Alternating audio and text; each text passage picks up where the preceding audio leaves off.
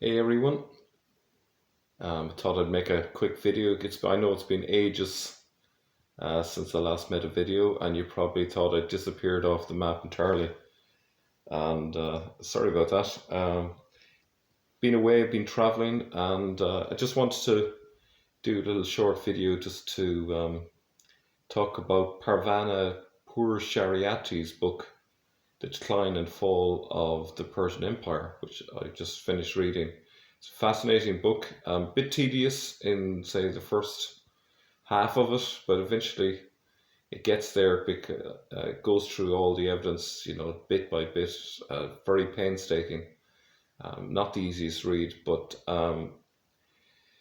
some great material in there. And I think what really jumped out at me is Mithraism is a religion that we need to kind of pay closer attention to uh, in terms of the relationship between Arabia and Iran and Islam and the the religious beliefs of the Iranians. Obviously, Zoroastrianism is important, but I think we've underestimated how key Mithraism is in all of this. So, um, a key thing that I'm getting is that the god Mihr, which is the sun god, has a lot of key characteristics. Well, first of all, for the Parthians, they viewed the sun as the Qibla because that was their god, and their god was the one who sustained them, who uh, if a king was doing the right thing, he would be blessed.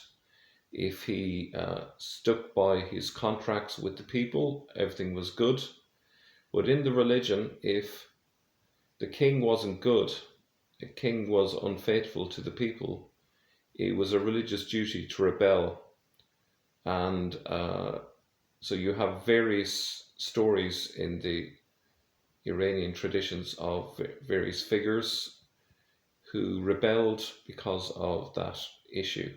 Now, what's interesting, I find, is that in Mithraism, the idea of keeping your promises, keeping your contracts, is one of the highest religious ideals. And yet in Islam, it's the inverse of that. It's almost like a virtue to break your contract, break your promises, your bonds for the sake of Allah.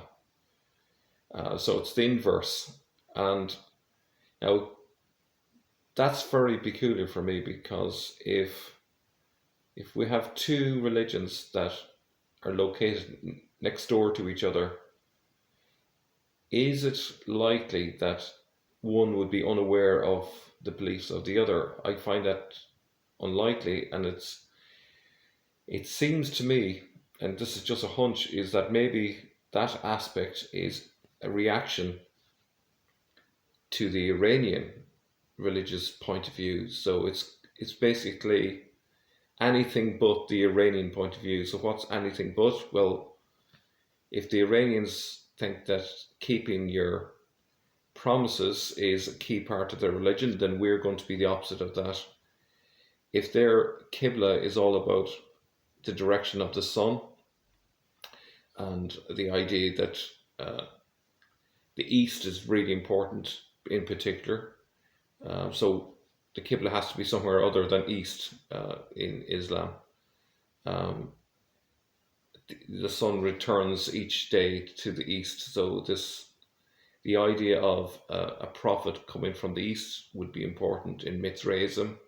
So the prophet of Islam can't come from the east; he has to come from somewhere else, and a suitable place will be from the south. So that kind of is again another inverse, another reaction to it. The other thing that came up in the book is the fact that the key years for the Arabic conquests is from 632 onwards. But she clearly says that if you look at all of the seals we have and all of the traditions, the records, and we line them up, we end up having 628 to 632 being the key 4 years. So it's all of the things line up if you push back the dates 4 years. And she also points out that there is no mention of Muhammad in the traditions. He doesn't come up in any of the narratives with all the battles, so he's totally absent. That should be no surprise to any of you if you've been following my channel. Now, I'm increasingly seeing a few people reacting. I think it's because I've been critiquing Dan Gibson, and there's a natural instinctive reaction among some people to say, well, Mel is coming up with silly ideas. I'm seeing that of quite a I don't mind so much, but I think maybe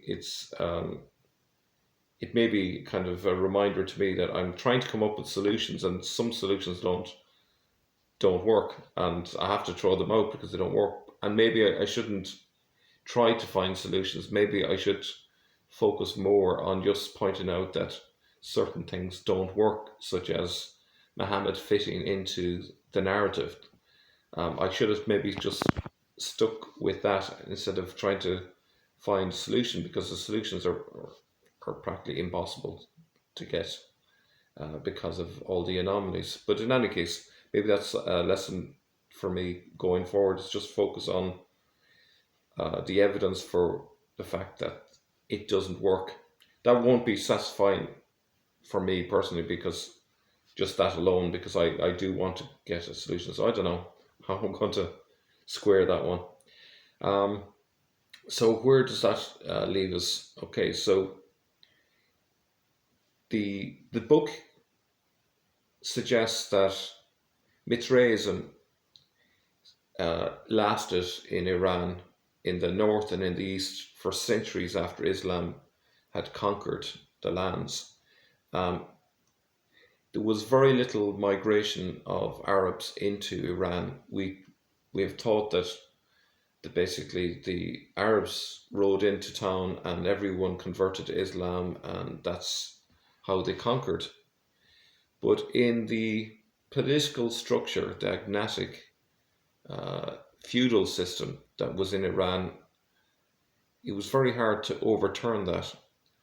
And so what they did was they kicked out the Sasanians, and of course the Parthians were more than happy to take over on behalf of the Arabs. Now there were some families, some groups among the Parthians who were not happy with playing ball with the Arabs, and one group would be the Karins, and they would have rebelled, and so some key Iranian figures would have been them who would have rebelled once in a while. And what's interesting in a few cases, there is a guy called, if I remember, Sunbad, and I think there's 2 or 3 other similar rebels, and some of them were prophets, again very similar to with Islam, which might suggest that prophethood was a big thing at the time, nothing unique, but typically they would preach from a mountain. Does this remind you of the time when Muhammad went up a mountain, went into a cave? Kind of there's a similarity there. I think it was Sunbad, I'll have to double check, but I think it was Sunbad basically gave his followers a book as well. It was written in Persian with his teaching. So there's some similarities there, some parallels, which is interesting. The Karins wore green because green was associated with the god Mihr, because Mihr nurtured the people. If the people were good, green is the color of nurture, of of what's happened there. So